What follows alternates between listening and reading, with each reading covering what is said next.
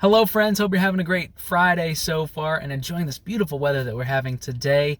Looking forward to the weekend and another couple of beautiful days here. Thank you as always for joining me in our weekly devotional videos.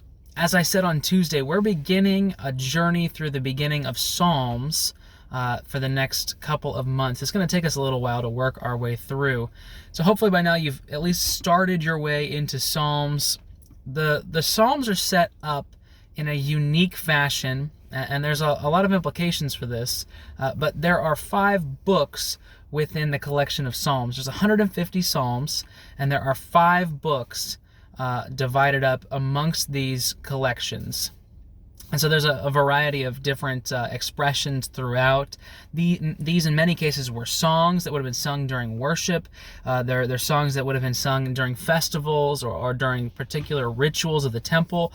And there's a lot of collected material here, but it's significant for our purposes that the Psalms are set up similarly to Torah, or the 5 books that begin the Old Testament. And so there's this interesting interplay there between the first 5 books of the Old Testament and then the 5 books of Psalms, almost like a canon within the canon, a collection that is supposed to point us to God in a similar way that Torah points us to the law and to God's design for the world. So an interesting way to begin out here. Psalm 1 is where I will be today. Psalm 1:1, just the very first verse of Psalm, says, "Blessed is the one who does not walk in step with the wicked, or stand in the way that sinners take, or sit in the company of mockers."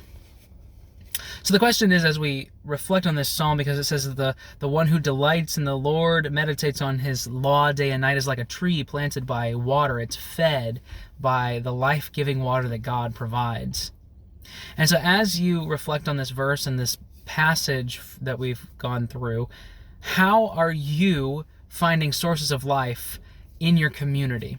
Are you keeping the right kind of company? Remembering that we are called to love sinners, but we are also called to be set apart. We're a community that is distinct from the world, holy as God is holy. And so our relationships with people outside the church might look different than the ones inside necessarily. But how are you finding life-giving community in your world? Are you keeping good company? Are you seeking out people that will push you towards Christ and ultimately to delight in the Lord?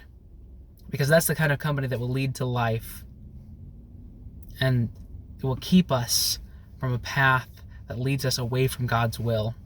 And so this is how we'll start out the Psalms here. Psalms are considered a wisdom book as well. It's poetry, it's wisdom literature, because there's this duality within of good and evil, and we'll see that as we go through. This clear line of goodness and evil, of following the way of God and of departing from His will. So hopefully you're having a great day. Thank you as always for joining me. I'll look forward to seeing you next week. Continue to read through Psalms. We're just going to take this a couple passages at a time, a couple chapters at a time. So for next week, we'll probably be in 2, 3, and 4, just because they're shorter. I'll look forward to seeing you on Tuesday. Have a great rest of your day, and I'll see you Sunday for service.